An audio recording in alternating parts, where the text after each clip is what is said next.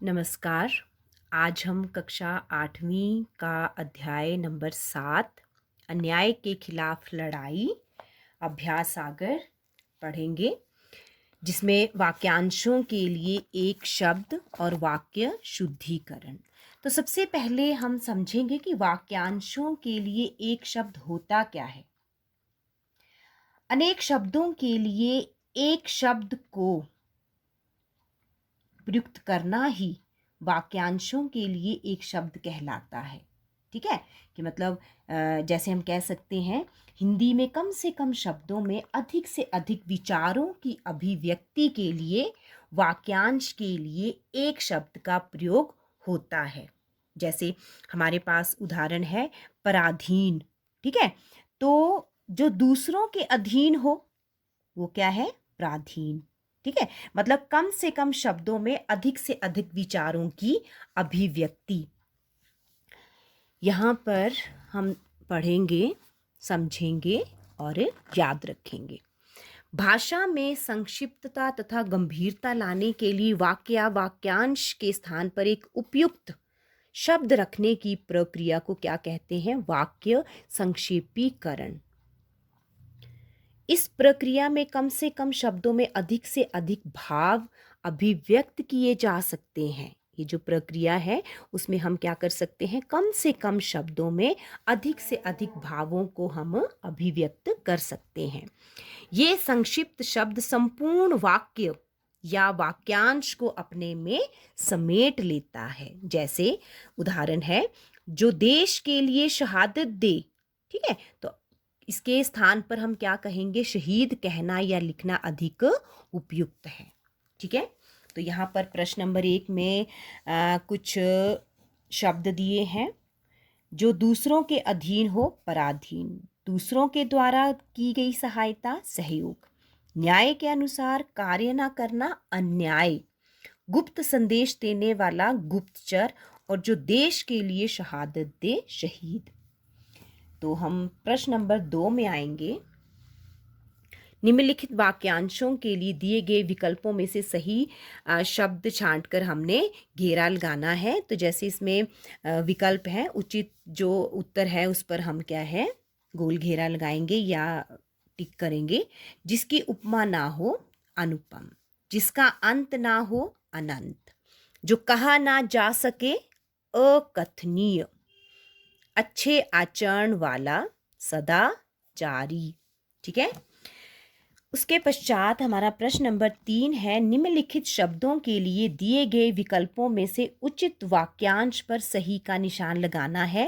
अविश्वसनीय, मतलब अ लग गया तो हम नकारात्मक शब्दों के लिए हिंदी में का प्रयोग करते हैं। तो मतलब नहीं, तो जो विश्वास पात्र हो, जो विश्वास ना करता हो, जिसका विश्वास ना किया जा सके, जो सब पर विश्वास करता है। तो इसमें जो सही है वो है, जिसका विश्वास ना किया जा सके वो होता है अविश्वसनीय। यथाशक्ति, इसमें सही है, शक्ति के अनुसार।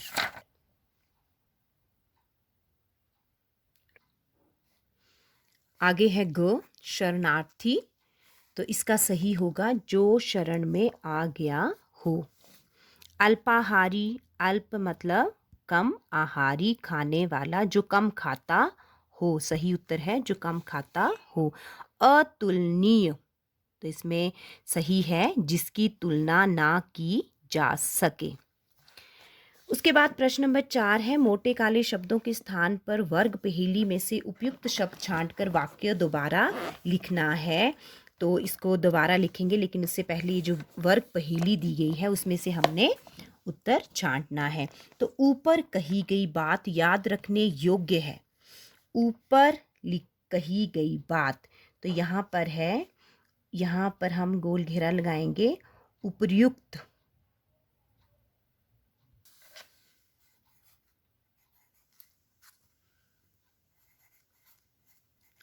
उपयुक्त बात याद रखने, याद रखने योग्य है। फिर हम वाक्य को पुनः लिखकर ठीक करेंगे इसको। वसंत ऋतु में प्रकृति की शोभा देखने योग्य, तो देखने योग्य में हम देखेंगे, इसमें सही उत्तर है आपका दर्शनीय। देखने योग्य, दर्शनीय। तो वसंत ऋतु में प्रकृति की शोभा दर्शनीय होती है। ठीक है, ये दोबारा से लिखेंगे। उसके बाद है जो शरण में आया हो उसकी रक्षा करनी चाहिए, मतलब शरणागत। शरणागत की रक्षा करनी चाहिए।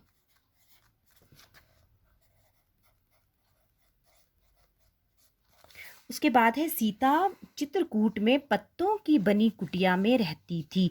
पत्तों की बनी कुटिया, एक शब्द हम छांटेंगे वाक्यांश के लिए।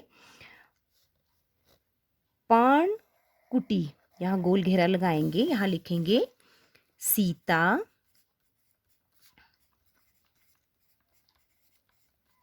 चित्रकूट में पर्णकुटी में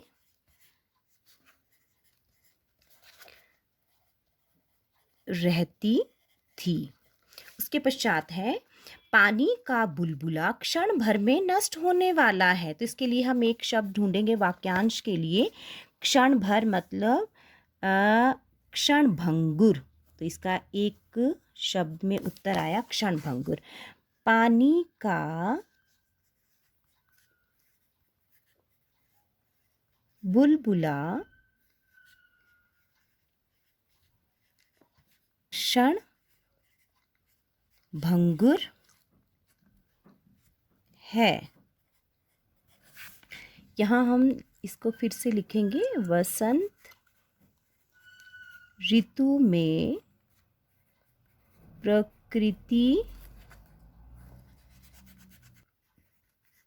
की शोभा दर्शनीय होती है। ठीक है, उसके पश्चात हम आएंगे प्रश्न नंबर 5 में।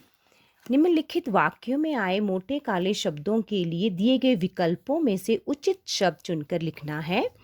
उसकी बात का कोई उत्तर ना दे सका। सब क्या हो गए? कोई उत्तर ना दे सका, मतलब इसका सही उत्तर है निरुत्तर। निरुत्तर। उसके बाद है जो आकाश में विचरने वाला है वो कौन होता है? इसमें सही उत्तर है नभचर। नभचर। इस संस्थान में छात्रों के रहने का स्थान भी है। सभी छात्र यहाँ कहाँ रहते हैं? इसमें सही उत्तर है आपका छात्रावास। ठीक है, तो हॉस्टल को कहते हैं छात्रावास। इतना कम खाता हो, उसे हमने पहले भी पढ़ा है, ये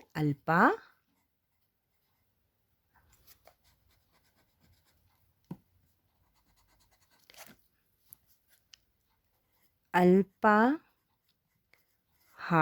के साथ दावत में जाना बेकार है। आगे हमारा जो प्रश्न है वो है छठा प्रश्न है। निम्नलिखित वाक्यांशों के लिए एक शब्द लिखना है हमने। तो जिसका भाग्य अनुकूल ना हो उसको हम क्या कहते हैं? अभागा। मर्जी के अनुसार, मन मर्जी।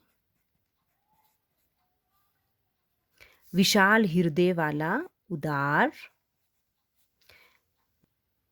जिसका कोई अपराध ना हो, निरपराध।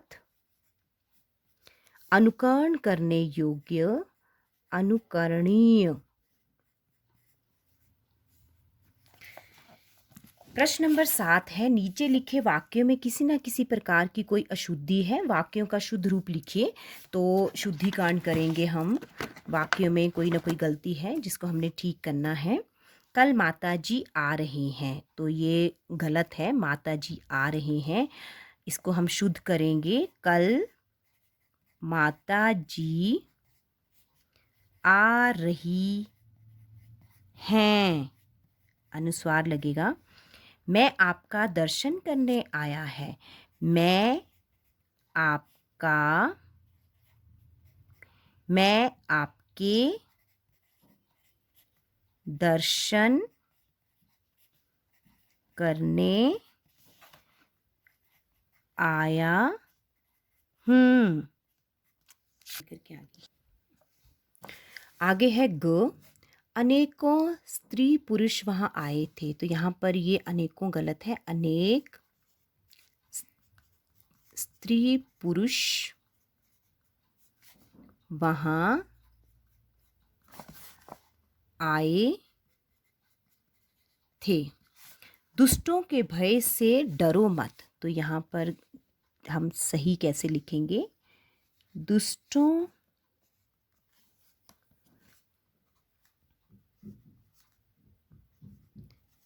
दुष्टों के भय से मत डरो, मत पहले आ जाएगा। उसे लगभग पूरे अंक प्राप्त हुए, तो लगभग की ज़रूरत नहीं है। उसे पूरे अंक प्राप्त हुए। करीम देखने गया है सिनेमा। करीम सही कैसे लिखेंगे? ये पहले आएगा। करीम सिनेमा देखने गया है। तो वाक्य जब शुद्ध करते हैं तो पता होना चाहिए कि कर्ता, कर्म और क्रिया से वाक्य बनता है। ठीक है। एक गीतों की पुस्तक ला दीजिए। गीतों की अशुद्धि क्या है इसमें? एक आगे आएगा। गीतों की एक पुस्तक ला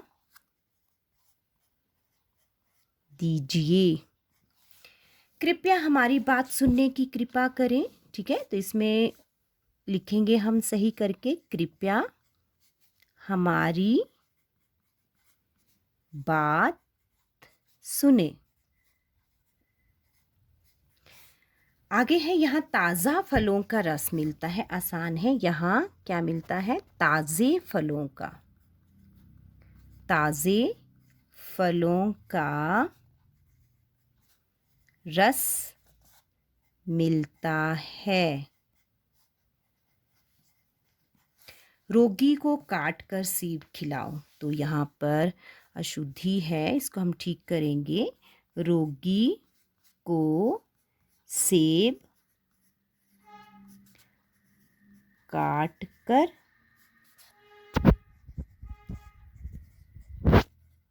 खिलाओ। अगला प्रश्न है, निम्नलिखित विकल्पों में से सही विकल्प शुद्ध वाक्यों को छांटकर सही का निशान लगाना है। तो यहाँ पर 4 वाक्य हैं, तो उसमें से हमने एक शुद्ध वाक्य छांटना है। यहाँ लोग ईमानदार और उदार रहते हैं। ईमानदार और उदार लोग यहाँ रहते हैं। यहाँ ईमानदार और उदार लोग रहते हैं। ईमानदार और उदार लोग रहते हैं यहाँ।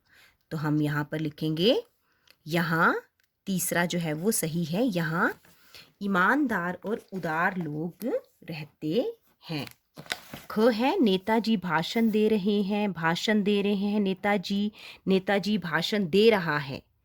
दे रहे हैं भाषण नेताजी, तो इसमें सही होगा नेताजी भाषण दे रहे हैं पहला। ग है, हमारे राष्ट्र में भ्रष्टाचार देखकर मुझे बड़ा दुख होता है। उसका राष्ट्र में भ्रष्टाचार देखकर मुझे बड़ा दुख होता है। हमारी राष्ट्र में भ्रष्टाचार देखकर मुझे बड़ा दुख होता है। अपने राष्ट्र में भ्रष्टाचार देखकर मुझे बड़ा दुख होता है, तो इसमें सही है, हमारे राष्ट्र में भ्रष्टाचार देखकर मुझे बड़ा दुख होता है। ठीक है।